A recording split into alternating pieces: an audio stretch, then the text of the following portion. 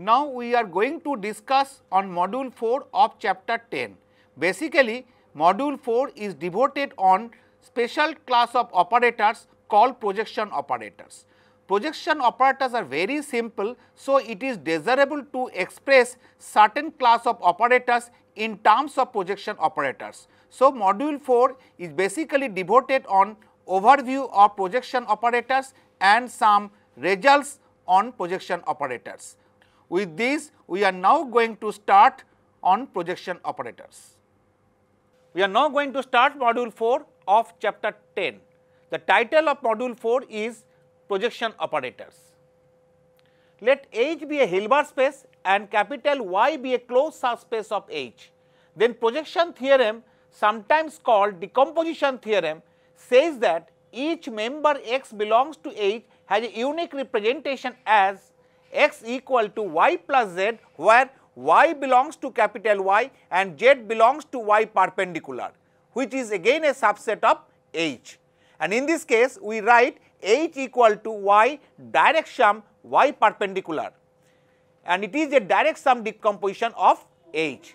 Now consider a mapping from H to H which says that X belongs to H to Y belongs to Y, where X equal to Y plus Z, where Y belongs to capital Y and Z belongs to Y perpendicular. It is well defined because it sends X to a unique element Y belongs to H. The mapping P from H to H defined as Px equal to Y, where X equal to Y plus Z, X belongs to H, Y belongs to Y, is called a projection operator or orthogonal projection operator on H. Note that Y is the corresponding range subspace of P. It is readily seen that a projection operator P from H to H is a linear operator where Y is given a closed linear subspace of H and Px belongs to Y where X belongs to H. If Y belongs to Y, which is a subset of H, then Y equal to Y plus 0 vector, where 0 vector belongs to Y perpendicular by representation formula, and Py equal to Y belongs to capital Y. Therefore, P restricted to Y becomes the identity operator on Y. On the other hand, if Z belongs to Y perpendicular, which is again a subset of H, we have Z equal to 0 vector plus Z, where 0 vector belongs to Y and Z belongs to Y perpendicular. We see that Pz equal to 0 vector, and conversely, if Pw equal to 0 vector, we have W equal to 0 vector plus W, showing W belongs to Y perpendicular. Hence, null space of P equal to Y perpendicular. Also, we can now write X equal to Y plus Z, which is equal to Px plus Z. Thus, Z equal to X minus Px, which is equal to Ix minus Px, which is equal to I minus Px, where I is the identity operator from H to H. So, we see that the operator I minus P as the projection operator of H onto Y perpendicular. Note that if P is the projection operator over H with this range a closed subspace Y of H, then I minus P is a projection operator over H with this range Y perpendicular and vice versa. In this connection, let us take a theorem. A bounded linear operator P from H to H, where H being a Hilbert space is a projection operator if and only if P is idempotent, that is P square equal to P, and P is self adjoint, that is P equal to P star. The proof looks like this. Let P from H to H be a projection operator and write Ph equal to Y, where Y is a closed subspace of H and H equal to Y direct sum Y perpendicular. If X belongs to H, then Px equal to Y, which is an element of capital Y. So, P square X equal to P of Px, which is equal to Py, which is equal to Y, which is equal to Px. This is true for all X belongs to H. Hence, P square is equal to P, implying that P is idempotent. Again let x1 equal to y1 plus z1 and x2 equal to y2 plus z2, where x1 comma x2 belongs to H, y1 comma y2 belongs to capital Y, and z1 comma z2 belongs to y perpendicular. Then inner product y1 comma z2 equal to inner product y2 comma z1, which is equal to 0, since y is perpendicular to y perpendicular. So inner product Px1 comma x2 equal to inner product y1 comma x2, which is equal to inner product y1 comma y2 plus z2, which is equal to inner product y1 comma y2 plus inner product y1 comma z2, which is equal to inner product y1 comma y2, which is equal to inner product y1 comma y2 plus inner product z1 comma y2, which is equal to inner product y1 plus z1 comma y2, which is again equal to x1 comma y2, which is equal to inner product x1 comma px2, since inner product y1 comma z2 equal to 0, which is equal to inner product z1 comma y2. So P is self adjoint. Conversely, let P is self adjoint, that is P star equal to P, and P is idempotent, that is P square equal to P. Let Ph equal to Y. Thus for every x belongs to H, we have x equal to Px plus I minus Px. Now I minus Px belongs to y perpendicular. So inner product Px comma I minus Px equal to inner product x comma P star I minus Px, which is equal to inner product x comma P into I minus Px, which is equal to inner product x comma Px minus P square x, which is equal to inner product x comma 0 vector, because P square equal to P and P star equal to P. Now I minus P into Px equal to Px minus P square x, which is equal to 0 vector, because P square equal to P.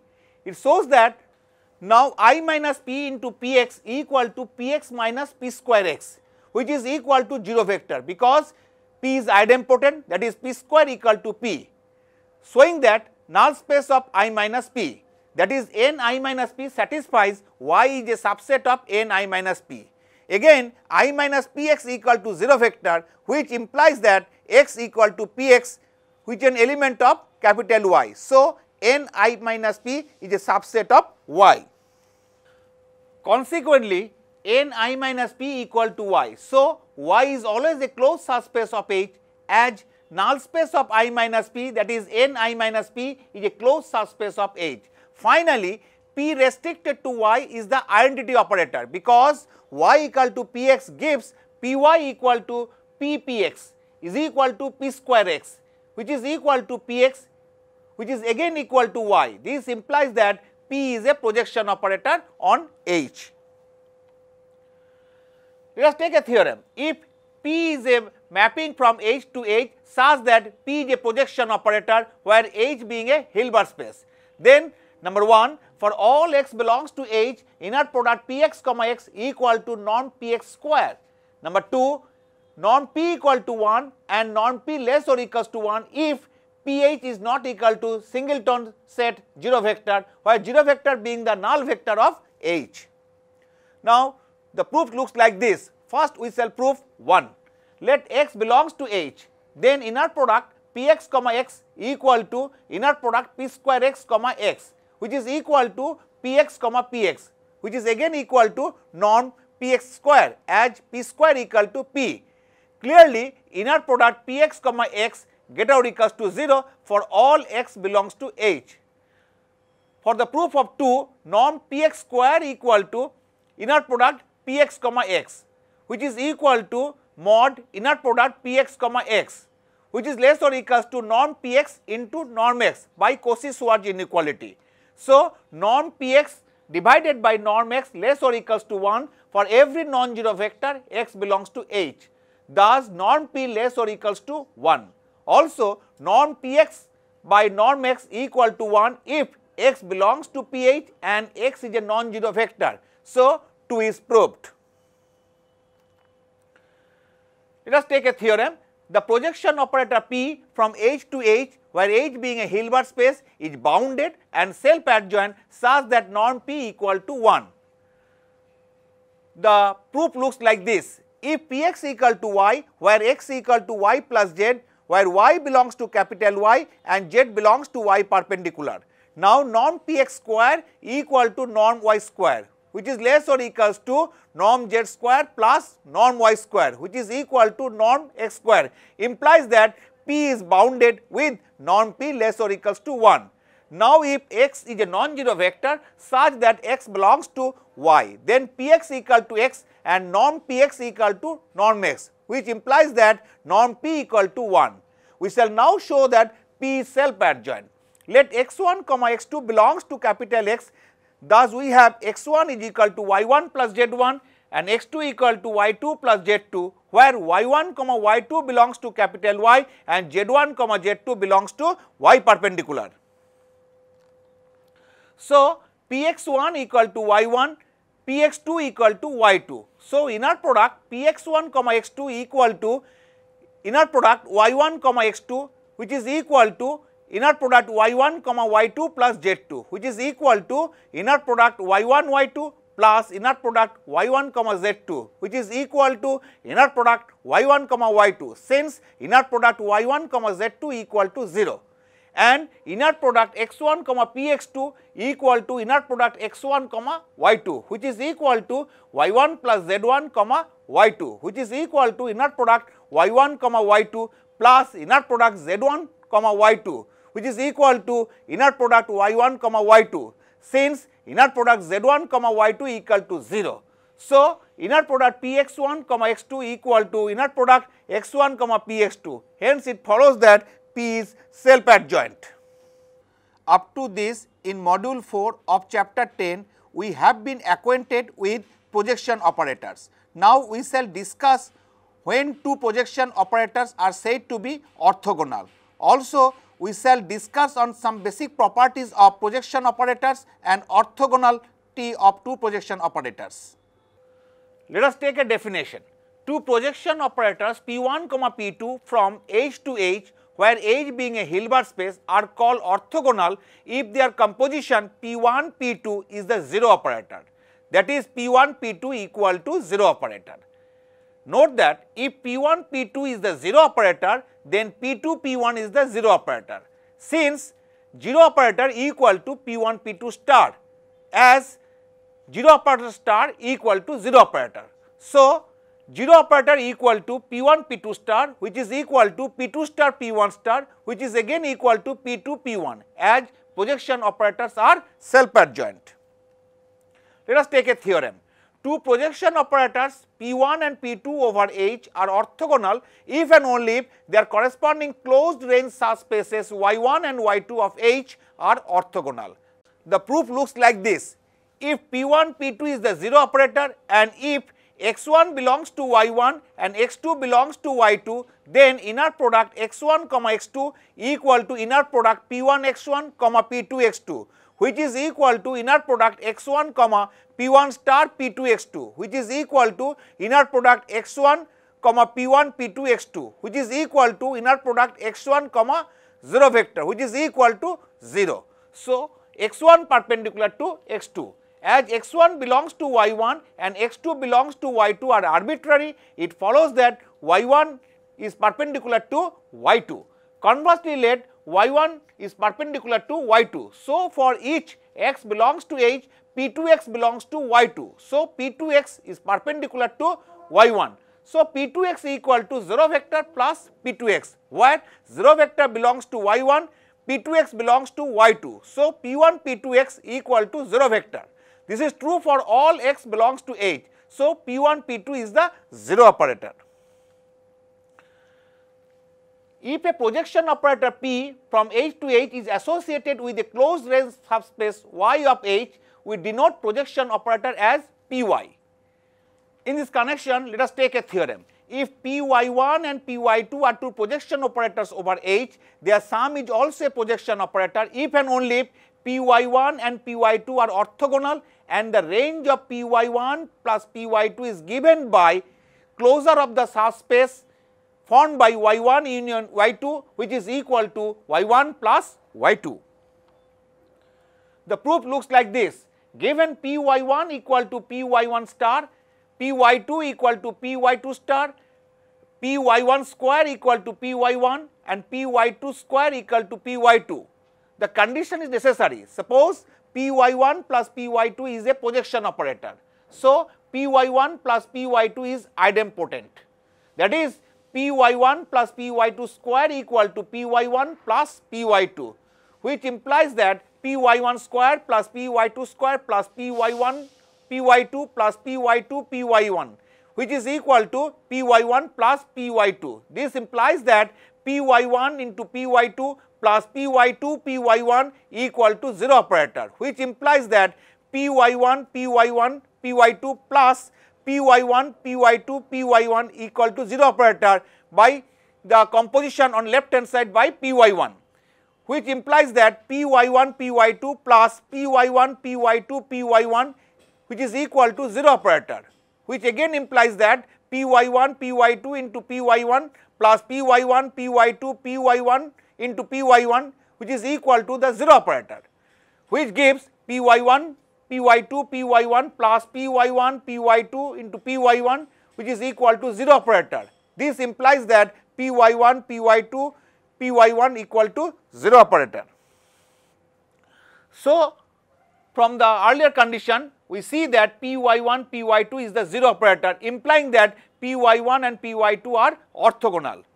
The condition is sufficient. Suppose Py1 Py2 is the 0 operator. So, Py2 Py1 equal to Py1 Py2 star, which is equal to theta star, which is equal to theta, theta being the null operator. Then Py1 plus Py2 square equal to Py1 square plus Py1 Py2 plus Py2 Py1 plus Py2 square, which is equal to Py1 plus Py2, and Py1 plus Py2 star equal to Py1 star plus Py2 star, which is equal to Py1 plus Py2. So, Py1 plus Py2 is a projection operator on H. We shall now show that the range of Py1 plus Py2 is closure of the subspace formed by y1 union y2. Let P equal to Py1 plus Py2. Let x belongs to y1. Then we see that Py1 equal to x and Py2 equal to Py2 Py1 x, which is equal to 0 vector, since Py1 and Py2 are orthogonal. So, Px equal to Py1 plus Py2 x, which is equal to Py1 x, which is again equals to x. So, x belongs to range of P, that is y1 is a subset of range of P. Similarly, we see that y2 is a subset of range of P. So, y1 union y2 is a subset of range of P. So, closure of the subspace formed by y1 union y2, which is a subset of range of P, as range of P is a closed subspace. Now, if x belongs to range of P, then x equal to Px, which is equal to Py1 plus Py2x. Now, Py1x belongs to range of Py1 and Py2x belongs to range of Py2. So, x belongs to range of Py1 plus range of Py2, which belongs to y1 plus y2. y1 plus y2 is the collection of all elements y1 plus y2, where y1 belongs to y1 and y2 belongs to capital Y2. So, range of P is a subset of y1 plus y2, which is a subset of closure of the subspace formed by y1 union y2. So, from the earlier equation 2 and 3, we see that closure of the subspace formed by y1 union y2 is a subset of range of P, which is a subset of y1 plus y2, which is again a subset of closure of the subspace formed by y1 union y2. Therefore, range of P equal to closure of the subspace formed by y1 union y2, which is equal to y1 plus y2. Let us take another theorem. The product of two projection operators Py1 and Py2 over H is a projection operator if and only if Py1 Py2 equal to Py2 into Py1, and the range of Py1 Py2 is given by y1 intersection y2. The proof looks like this. Given Py1 equal to Py1 star, Py2 equal to Py2 star, and Py1 square equal to Py1 and Py2 square equal to Py2. the condition is necessary. Let Py1, Py2 is a projection operator. So, Py1, Py2 equal to Py1, Py2 star, which is equal to Py2 star into Py1 star, which is equal to Py2, Py1. The condition is sufficient. Suppose Py1, Py2 equal to Py2, Py1. Now, Py1, Py2 star equal to Py2 star, Py1 star, which is equal to Py2, Py1, which is equal to Py1, Py2. So, Py1, Py2 is self-adjoint. Also, Py1, Py2 square equal to Py1, Py1, Py1 into Py2, which is equal to Py1 into Py2, Py1 into Py2, equal to Py1 into Py1, Py2 into Py2, which is equal to Py1 square, Py2 square, which is again equal to Py1, Py2. So, Py1, Py2 is idempotent. Hence, Py1, Py2 is a projection operator. Let P equal to Py1, Py2 be a projection operator. We shall now show that its range is y equal to y1 intersection y2. Let x belongs to capital Y, which is equal to y1 intersection y2. So, x belongs to y1 implies P1x equal to x and P2x equal to x. Therefore, Px equal to Py1, Py2x, which is equal to Py1x, which is equal to x. So, x belongs to range of P, thus y is a subset of range of P. Conversely, let x belongs to range of P. So, Px equal to x and hence Py1, Py2x equal to x, and so Py2, Py1x equal to x, but Py1x, Py2x belongs to H. Now, Py1, Py2x equal to x implies that x belongs to range of Py1, which is equal to y1. Again, x equal to Py2 into Py1x, which implies that x belongs to range of Py2, which is equal to y2. So, x belongs to y1 intersection y2, which is equal to y. Thus, range of P is a subset of y. Consequently, range of P is equal to y1 intersection y2. Let us take another theorem. Let Py1 and Py2 be two projection operators over H, then Py1 plus Py2 minus Py1, Py2 is a projection operator if and only if Py1, Py2 equal to Py2, Py1, and range of Py1 plus Py2 minus Py1, Py2 is given by closure of the subspace formed by y1 union y2. The proof looks like this. Given Py1 equal to Py1 star, Py2 equal to Py2 star, the condition is necessary. Let Py1 plus Py2 minus Py1, Py2 is a projection operator.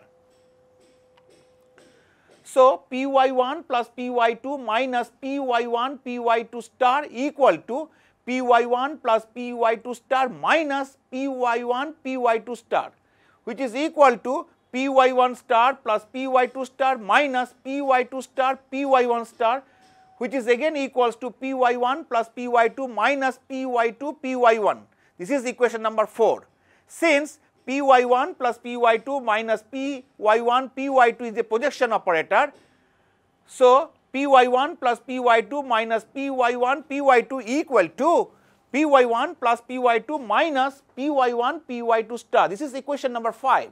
So, from earlier equation number 4 and 5 we have Py1 plus Py2 minus Py1, Py2, which is equal to Py1 plus Py2 minus Py2, Py1. Hence, we obtain Py1, Py2 equal to Py2 into Py1. The condition is sufficient. Assume that Py1, Py2 equal to Py2, Py1. Now, Py1 plus Py2 minus Py1, Py2 star equal to Py1 star plus Py2 star minus Py1, Py2 star. Using the fact AB star equal to B star A star, so we have Py1 star plus Py2 star minus Py1, Py2 star equal to Py1 star plus Py2 star minus Py2 star, Py1 star. which is again equals to Py1 plus Py2 minus Py2 Py1, which is again equals to Py1 plus Py2 minus Py1 Py2, because Py2 Py1 equal to Py1 Py2. This shows that Py1 plus Py2 minus Py1 Py2 is self-adjoint. Again Py1 plus Py2 minus Py1 Py2 square equal to Py1 plus Py2 minus Py1 Py2 into Py1 plus Py2 minus Py1 Py2, which on straight simplification we get Py1 square plus Py1 Py2 minus Py1 Py2 plus Py2 Py1 plus Py2 minus Py2 square Py1 square minus Py1 square Py2 minus Py1 Py2 plus Py1 square Py2 square, using the fact Py1 Py2 equal to Py2 Py1 in appropriate places, which is again equals to Py1 plus Py2 minus Py1 Py2, using the fact Py1 equal to Py1 square, Py2 equal to Py2 square, because Py1 and Py2 are self-adjoint and idempotent. So we see that Py1 plus Py2 minus Py1 Py2 is idempotent. Hence, Py1 plus Py2 minus Py1 Py2 is a projection operator. We shall now prove that the range of Py1 plus Py2 minus Py1 Py2 is given by the closure of the subspace formed by y1 union y2.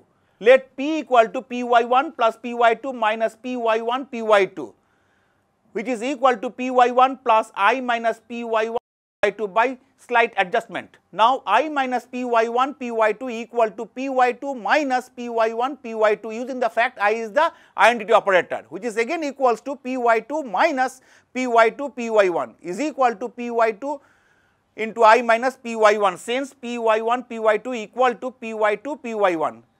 This follows that I minus Py1 and Py2 commute with each other. So, by previous theorem, we see that I minus Py1 into Py2 is a projection operator on y1 perpendicular intersection y2. Again Py1 into I minus Py1 into Py2 equal to Py1 minus P square y1 into Py2, which is equal to the 0 operator. So, Py1 is orthogonal to I minus Py1 Py2, and hence P equal to Py1 plus I minus Py1 into Py2 is a projection operator with its range given by range of P equal to closure of the subspace formed by y1 union y1 perpendicular intersection y2, which is a subset of closure of the subspace formed by y1 union y2. This is equation number 6.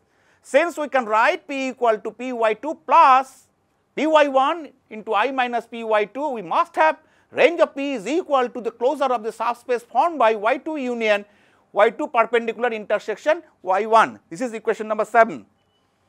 So, by the equation number 6 and 7, we see that range of P contains y1 and y2, and it contains y1 union y2. Since range of P is a closed subspace, we have range of P includes the closure of the subspace formed by y1 union y2. This is equation number 8. So, by equation number 6 and 8, we must have range of P equal to the closure of the subspace formed by y1 union y2. In the module 4 of chapter 10, we have learned some basic properties of projection operators over a Hilbert space. Also, we have discussed some interrelated results between the orthogonality of two projection operators and projection operators. And with this, we now come to an end of module 4 of chapter 10.